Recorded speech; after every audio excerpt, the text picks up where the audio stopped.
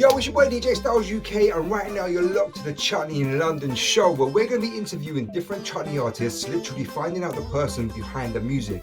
My first guest is a good friend of mine, a legend in the industry, one of the kings of chutney, Mr. Raymond RAMNARINE. You know I was born for this. Me whole body wet, I come out of bed in the break, I dawn for this.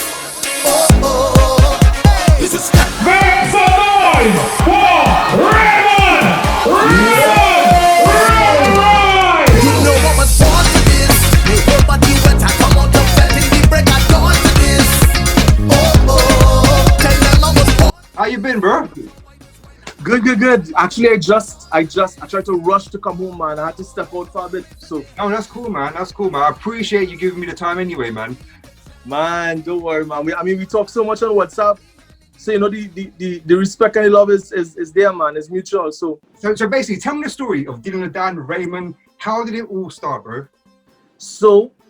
Just rich history for everybody right now, because a lot of people would not, a lot of fans would know Dil-E-Nadan over the last 10, 15 years, maybe 20 years. The thing is that Dil-E-Nadan stretched out from 1962, I want to believe. Your dad, is that correct?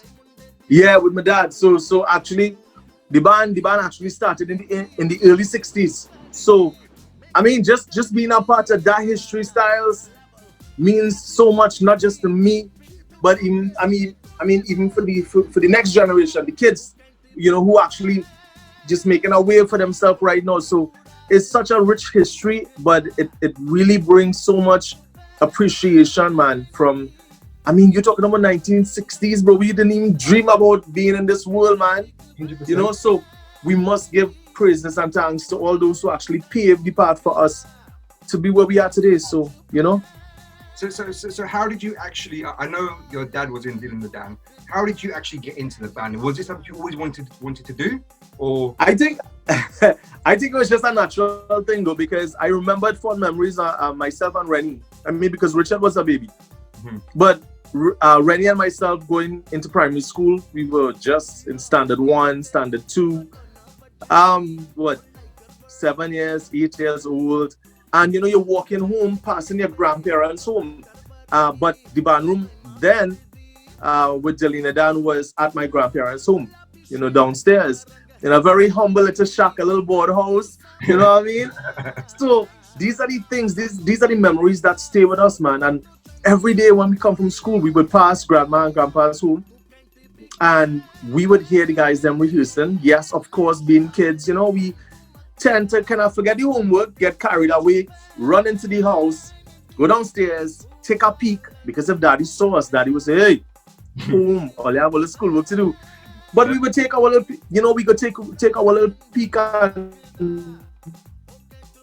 look at the musicians and listen to the singers, and all these things really fascinate us growing up as kids. So being a part of Dil-E-Nadan was just a natural move for us, man. It's basically embedded, you know, within our souls, within the veins, man.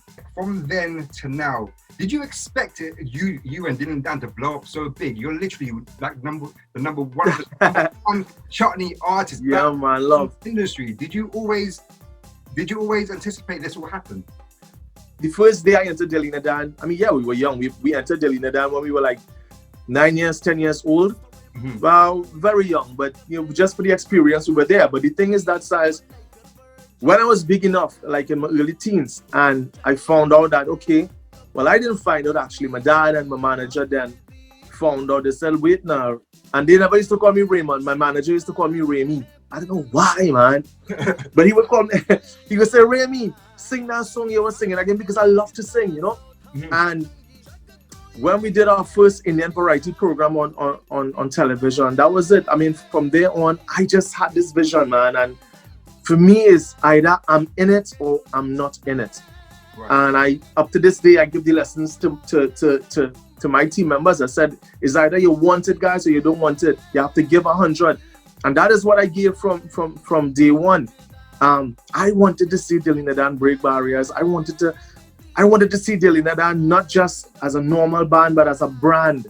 Mm-hmm. You know, that not just here in Trinidad or even in Guyana or the region. I wanted the entire world to embrace this brand, to really appreciate the hard work that we do and the efforts that we put in producing music to make the world a happy place. So it has always been there with me to really strive for excellence, bro. But I've always believed that God is the only one who is perfect. And all we're actually doing is paving our path to perfection. So we're just working every day and staying humble most of all, Stylz. That is basically what we do, bro. And that is literally the main thing, staying humble in this industry. Whether you're an artist, a DJ, it's always good to stay humble. I remember where you come from, you understand? And humanity, bro. Humanity, man. Just... What struggles have you had to overcome within the industry that you're in, the chutney industry? I want to be as real as I can, those Stylz. Fortunate enough, I haven't seen any struggles from that inception when I joined Dil-E-Nadan. I mean, my personal struggles, you know, in a nutshell, would have been in 2005 when I had a very, very serious sporting accident. Right. Of playing football, and I got a bad tackle. And man, that actually had me out. I actually tore basically all my ligaments on my left knee. So I had to undergo major surgery in 2005, and I was out of the band for like 9 months, bro. That was like the hardest time for me. Yeah. But what I realized it was special, those Stylz, is that talking to promoters, talking to what I would say icons and promotions and veterans and individuals, very inspirational individuals who have been promoting music over the years, even before my dad. And they would say, listen, they don't know what it is that you know, what we really share with our fans, because they say when an artist stay away for 9 months, close to a year, yeah, that's it basically for you, you know, and they've seen it, you know, in history where people take time off, and after that they never actually, you know, catch themselves after the time off. But I had to take that time off because I did the surgery. I you know, I had to follow the doctor's orders. Yeah. And doctors told me, Raymond, you wouldn't be able to go on a stage at least for 6 months to 9 months. Wow. So for me, emotionally, that was like the hardest thing. But the thing is that, Stylz, when you go through these struggles, bro, you learn to appreciate what you have and the loved ones around you. So there's a lesson to everything. And I remembered Richard called me. My little brother called me one night. He came to the window and tears was in my eyes because he said, Ray, we have this amazing clash of bands next week, Saturday. But he knew, and he was one guy who would say, I would never force you to do anything. I know you're down in bed, you can't walk. And I remember, as I said, these are the memories. So I want to share it with you, Stylz, and to everybody else, bro. I remembered him knocking on my window, my bedroom window, and he looked stressed out. And then he said, Ray, I need you. I really need you Saturday. I don't know how it's going to happen, but I wish you could just appear on stage for at least one song or half of a song. And I was on crutches, Stylz. Wow. And man, I couldn't sleep that night. I couldn't sleep the entire week because I was in tears, and I was telling my wife, I said, I don't know. I can't go on stage, man. But I remember this Saturday night, they put everything in place. It was a venue down in South. Okay. And I think it was a 4-band clash. Right. And Dil-E-Nadan was on stage. They had no idea I was coming, but they still put things in place just in case I would show up. So when I actually took my left leg and put it across the passenger seat, and I was driving. Wow. And wait, you were driving? I was driving. I had to drive, but wow. I took my wife and my 2 aunts. Yeah. So they were like company for me. So I had to carefully, well, with my crutches and with the cast and everything on, yeah, and spread my left leg to the passenger seat, and I just drove slowly, wow, but safely. Yeah. And when I reached there, man, the security saw me because I've performed at the venue so many times, and I remembered, Stylz, nobody was there because that was about 1, maybe 1:30 in the morning. So everybody was inside the venue, and they had this back entrance that they prepared just in case I was coming. I was hearing the music. I was hearing Dil-E-Nadan. Yes, the place was packed. The crowd was there. but the crowd wasn't what Yeah. you know what I'm used to seeing and the vibe. Yeah. But they were there supporting, they were there cheering on because everyone knew I was down. How big was the crowd at this point? It was a place called Screamers down in South. Okay. It was D Club. So maybe I would say 2,500. Wow, okay. Yeah, 3,000. Picture in my head at the moment, so yeah. 3,000 just ram out inside the club. Wow. And they had this back door. So as soon as the door was open, I could have seen Dil-E-Nadan on stage. Wow. I'm seeing the audience, and there was this one girl. For some reason, she just turned and she spotted me, but I had, my facial hair, everything was so big. I put on weight at that time because I was in bed. Yeah. And bam, it was like this electric kind of energy. It was just this amazing, phenomenal kind of energy that swept through the entire audience.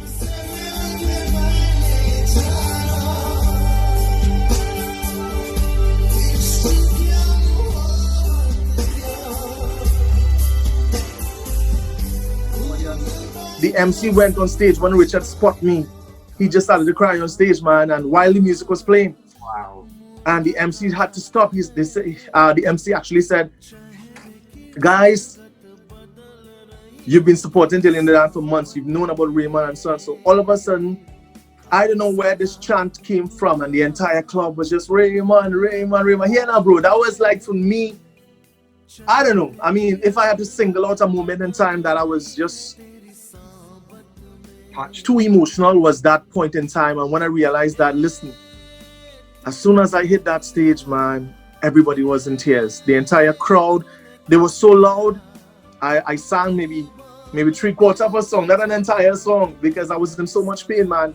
But I just had to be on stage for Dil-E-Nadan at that point in time. And my point is, Stylz, is that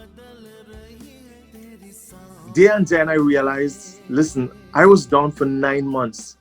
And believe you me, Stylz, our fan base just kept growing and growing and growing, and the love was just incredible, man. So that was basically kind of my downtime, but I would say downtime, but uptime too, because so much we gained. That's like, I can't imagine the feeling you must get having the whole venue chant your name, and literally you haven't performed in 9 months and you're there, and you half of a song you said, and literally they're chanting your name. They were crying, man. They were crying. I mean, girls, they were crying. I was seeing it in front of my face. Girls just, they hugging up, friends hugging up, guys hugging up. They have their drinks in their hand, but they were crying because, I mean, I can speak for myself, Stylz. I've always had that close contact with not just my fans, but with people in general. I've always cared. I've always showed them love, and that is me, man. That is me. What you see on stage is what you see at home. No, you know what I mean?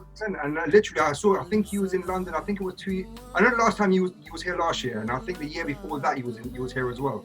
And yeah, actually came. Yeah. I was supposed to link up with you after the show, but you was too busy taking pictures with your fans. I was like, you know what? I'm gonna leave you to have your time in it. Then, you know what? As I said, you're such a modest person. You take time with your fans, and that's why you have such an amazing fan base and people that stick by you. Thank you, bro. Thank you.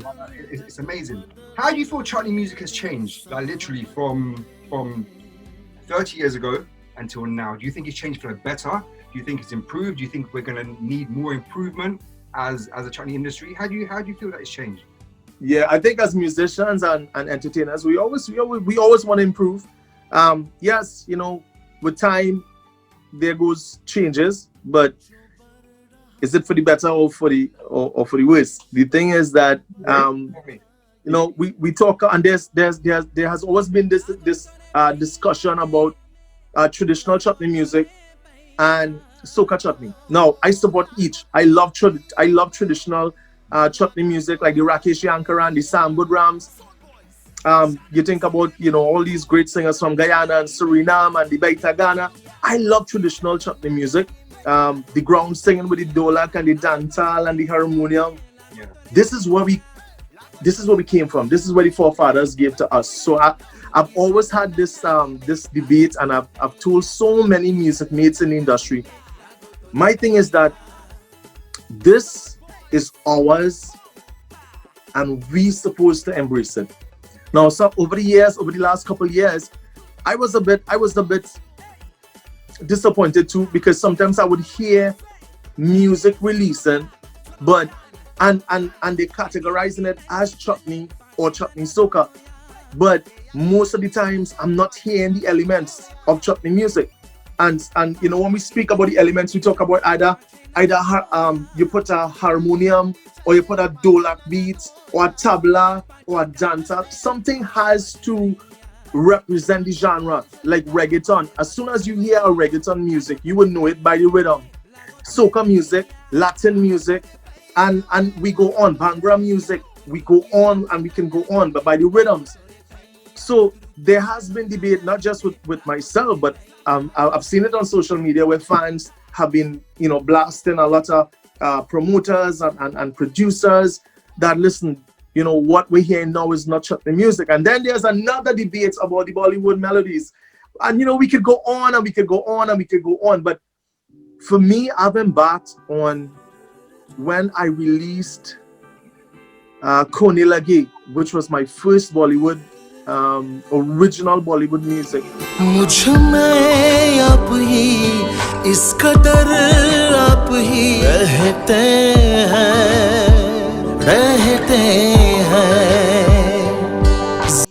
But I think COVID had a lot to do with it, because it really made me sit down in the studio and think about growth. And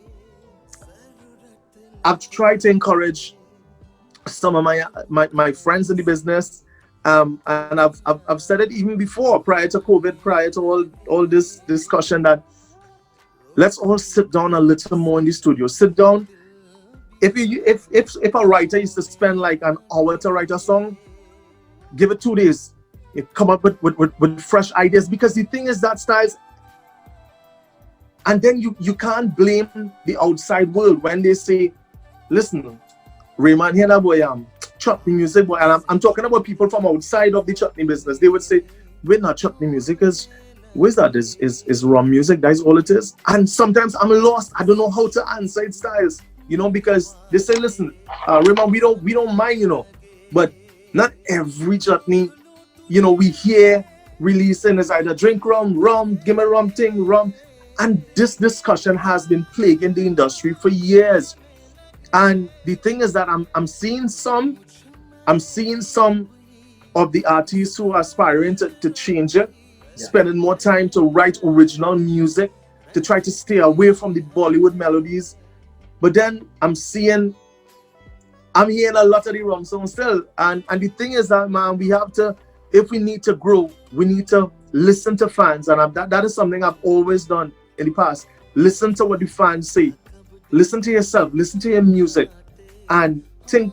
One of my inspirational music is Bob Marley, and Bob Marley came from Jamaica.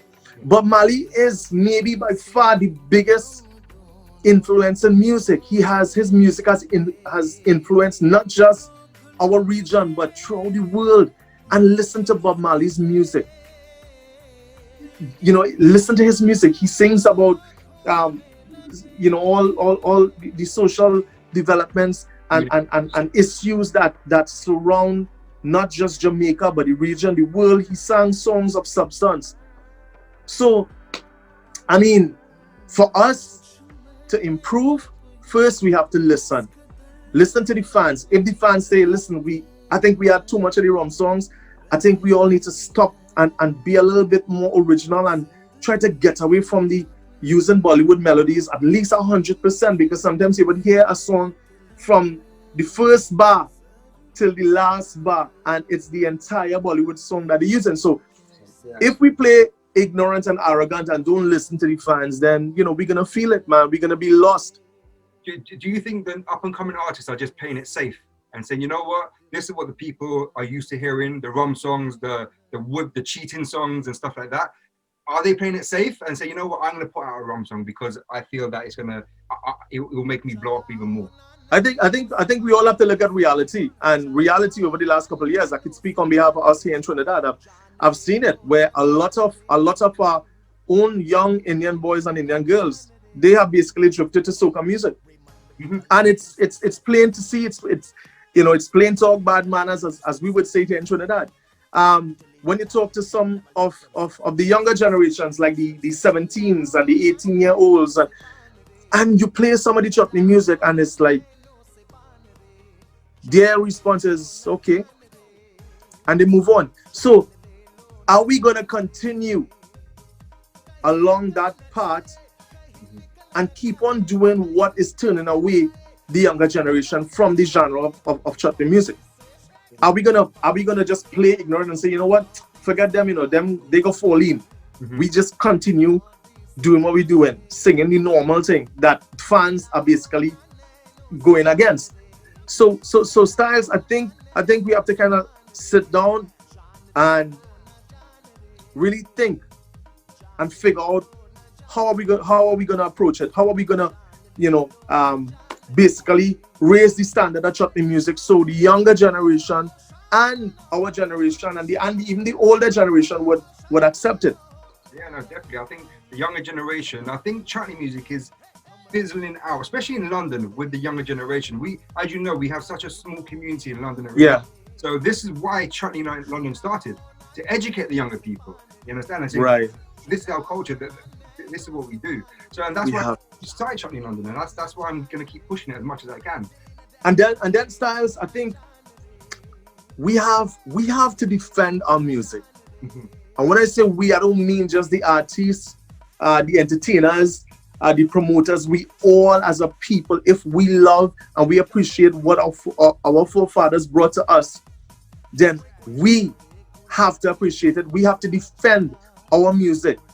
And when I say defend it, we have to be pushing chutney music every single way we go. Something happened to me recently, bro, and I realized, wait now, sometimes, you know, you're playing your little Indian music in your car, and well, not me, but you know, I mean friends. Sometimes, you know, you're playing your Indian music or you're playing your little chutney, you're enjoying it in your car, driving.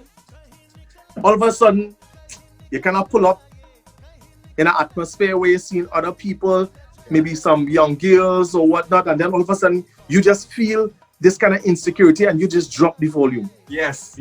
But if it was maybe dancehall or soca or pop or EDM, you pumping. You're pumping. You pumping. No, I went into my the barber salon to get a haircut a couple months ago. Well, as you know, we have a lot of Venezuelans here now in Trinidad. Right. And brother, what really changed my whole thinking and my whole approach on this what we just spoke about. I started cutting my hair, and one of the guys, well, he's a Venezuelan, but he works at the barber salon. He's one of the barbers, right? Yeah. He hardly talks because he don't understand much English, but he's learning slowly. So I cut in my hair, and the first time I saw him, he was quiet. Second time, quiet. Third time, I went in a little bit quiet, reserved.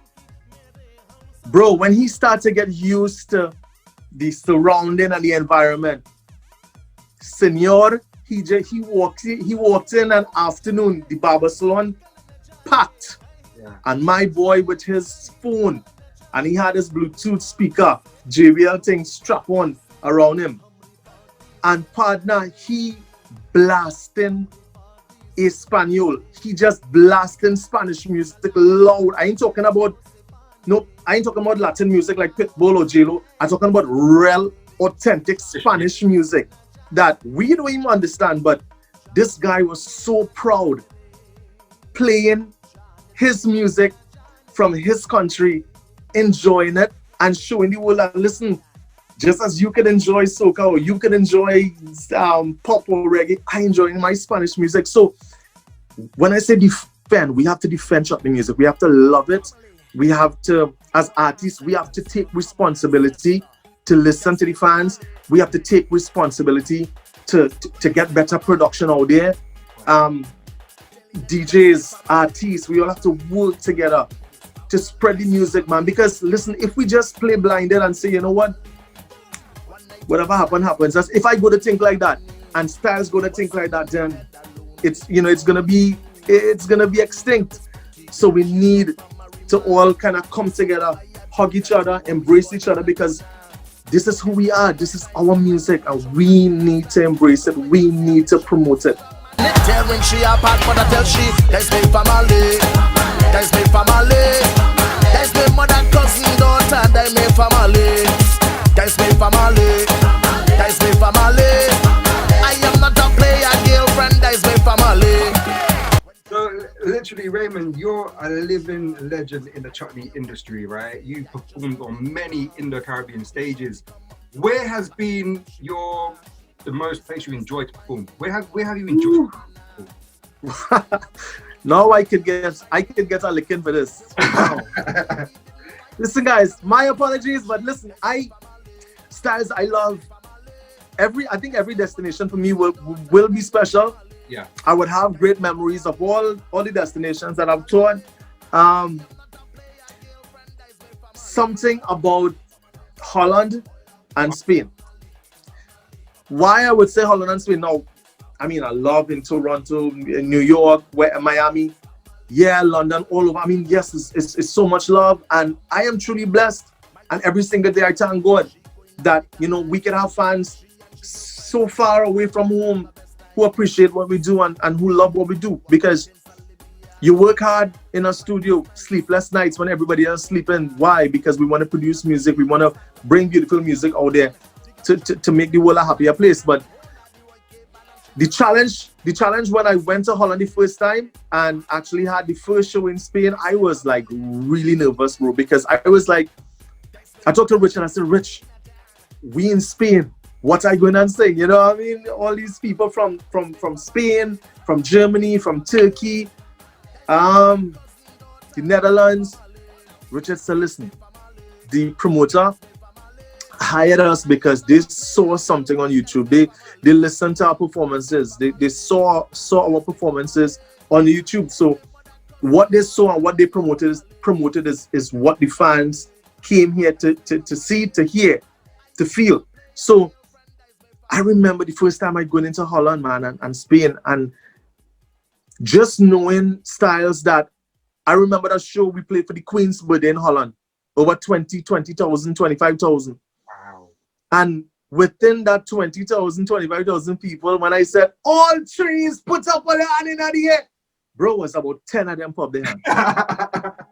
So it says so much, because yes, it may be a small contingent of the red, white, and black. Yeah. Or the Guyanese, but the thing is, knowing that we had to perform for over 20,000 people there, it wasn't our comfort zone. It wasn't, you know, your Trinidad back in here or your Guyanese them back in here. No, because it's your own people. These are people not from your country, first to begin. So, you know, listen, the kind of screaming, the kind of love that you get in there, bro, is amazingly genuine. And that is why, you know, when I think about Holland and when I think about Spain and the love that we received there, man, I had some very special moments out there. So, Do you used to get nervous to perform? up to this day, bro, Yeah. up to this day, every single year we have a concert called the ELR, which is the Everybody Loves Raymond concert. Unfortunately, this year we had to postpone it due to COVID. Every single year, especially at that concert, because that concert, Stylz, I wish you guys could come and experience that. The Everybody Loves Raymond concert started off in a small venue, a place called Palms Club, where you can hold, if you're Ramo, the place you get like 1,000, 1,200. Right. Until we just gradually had to go bigger and bigger and bigger and bigger. And we went, we have a home now called Stand Up Excellence. I mean, that is by the thousands. Every single year, it's sold out weeks before. Every single year. But if you go on YouTube, maybe you will find it. I shouldn't say that because everybody will go now on YouTube and they will see me crying. That wouldn't be nice. But Stylz, bro, I don't know what it is, man. I think it's just the connection with me and my fans. I remember going on stage, and as soon as the Friday night for dress rehearsals, I rehearsed it. I was singing out, Aapke Kareeb Hum Rehte Hain, and I was good. it was perfect, no emotions, we were good. I was ready for Saturday. So the sound check, the dress rehearsals was good Friday night. Saturday now, the MC decided to introduce Raymond Ramnarine coming on stage.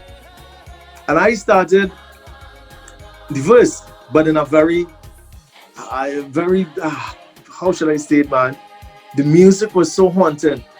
And I started singing,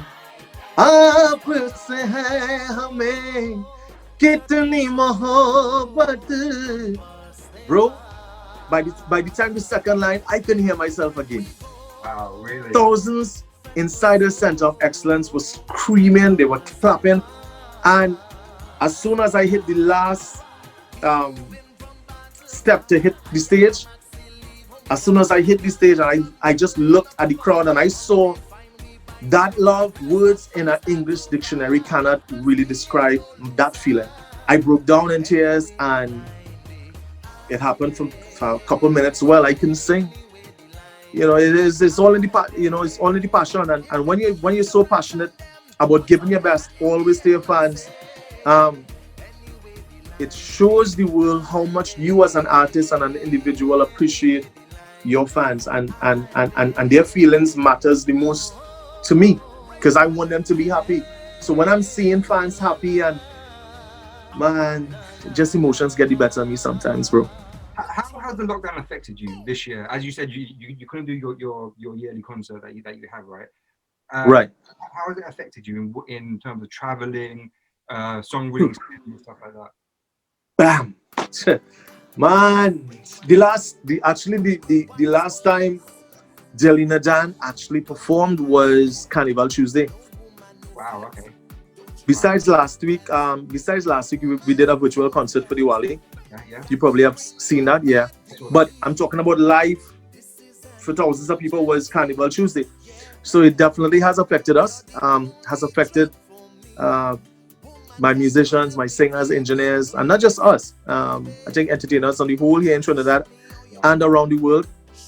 The thing is, the difference with how it has affected some is that, yes, we have entertainers who have a normal 8 to 4 job, but then we have most of the entertainers depend on what we do as the bread and butter. Yeah. You know, so it has definitely affected us. I think entertainment has gotten the hardest hit. But we've always been, this family has always been very close to God, and we've always applauded positivity. We always think positive and always had faith. So it has affected us. But on a lighter note, we are spending so much more time in the studio working, producing music. Over the Diwali season, you know, we released 3 bhajans. Yeah. Was so beautiful, getting the kids involved. I did the Kone Lagi. So now we have that bridge where I'm actually bridging the gap between India and us here in Trinidad, and we're working so closely with with so many producers out in India, and they're loving everything that they're hearing from Dil-E-Nadan. So it has, COVID has the negatives and the positives. Seeing as you had so much downtime this year, what can we expect next year? I need to see you literally like bang, because you have every time this year, right? So now next year, 2021. Stylz, my IG, my WhatsApp, my Facebook inbox has been going, berserk, because we've been getting messages, very emotional messages. People from across the globe is like, Raymond, they're praying every single day for COVID to end, because up to this morning I was reading one where a girl sent me from New York, and she said she just wants her life back. She wants to get out of the house and go to a show and listen to Raymond and Dil-E-Nadan and just have a good time. Ram Singh Sharma, the village ram from Sawa. He have a wife and he day with the sister. They buy a visa to take him to Canada. One give him house. And you know, these are the things, man, that makes us hold on and say, you know what, COVID isn't gonna last forever, man, and we're gonna get back our lives very soon. So in the meantime, And as I said, I've encouraged, privately, I have a lot of friends in the business too, and I told a lot of singers, I said, guys, not because COVID here and the entertainment shut down doesn't mean that your life has to shut down, because we have been, busy inside the studio working, preparing even for Carnival 2021, although the Prime Minister announced that we're not going to have a carnival. But Stylz, we can't sit down. We still have to produce. We still have to bring out music. So there may be some virtual concerts for Carnival. We have to be prepared. Up to last night, we had rehearsals. So I can speak on behalf of Dil-E-Nadan. At this point in time, we have rehearsals in full swing. We inside Backyard Studios in full swing.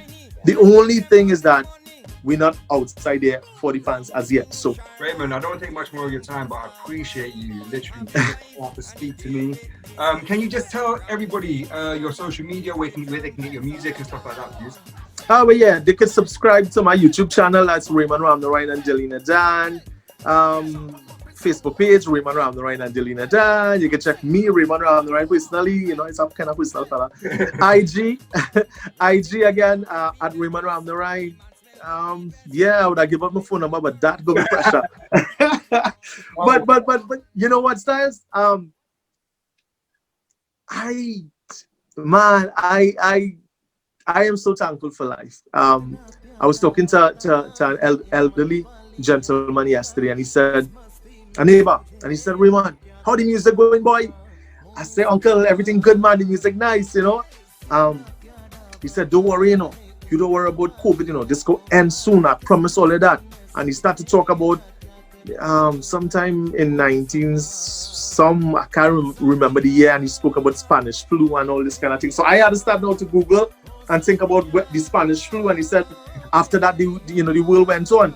And he said something, he said, you woke up this morning, Raymond? I said, yeah. He said, listen, there are thousands of people who did not wake up this morning. You are a lucky one. And there are a lot more like you who are very lucky. So be thankful to God, be thankful for life. Sometimes we look to complain about everything, Stylz. But listen, we wake up this morning and we enjoying life. So give thanks to God, man, for that. Miss London, bro. Come back, bro. Yeah, man, I have to come back. I have to come back soon, man. I want you to come perform for Chutney in London, man, because last year we had Randy. Randy's a good friend of mine too, man. I saw it, Randy couldn't stop talking about you, man. He has nothing but good things to say about you, bro. Yes, he's a really, really genuine, awesome guy. And he always, look up to us for advice, and we've been there for him, and I told him, I said, anytime, Randy, consider me a brother, bro. Anytime you need advice, you need any kind of advice or help, you know where I'm at. So Randy's a good one, but definitely Chutney in London. I have to come, man. I have to come and bless. You have to. You'll come, bro. I'm telling you, I've been speaking to you about this for about a couple. Last year, I think I spoke to you about it. But we need to bring you over to London, and you need to do a Chutney in London show. It's going to be absolutely crazy. All right, so we on that. Stylz, you have a table next to you? A table? Yeah. I got a DJ desk. Could you knock it? Knock it. Yeah, just knock the table. All right, hold on. You hearing mine? Yeah. Yeah. All right, just remember we had this conversation, and in about a week time, just remember we had this little conversation. You and me, nobody else. In a week time, look out, and just remember we had this little table conversation. Okay. That's all I gotta tell you, bro. All right, I'm very interested now. You got me. You got my mind working now. Well, let's just say, my brother, from a musician and a singer point of view, look out, it coming. Tu quem te big bang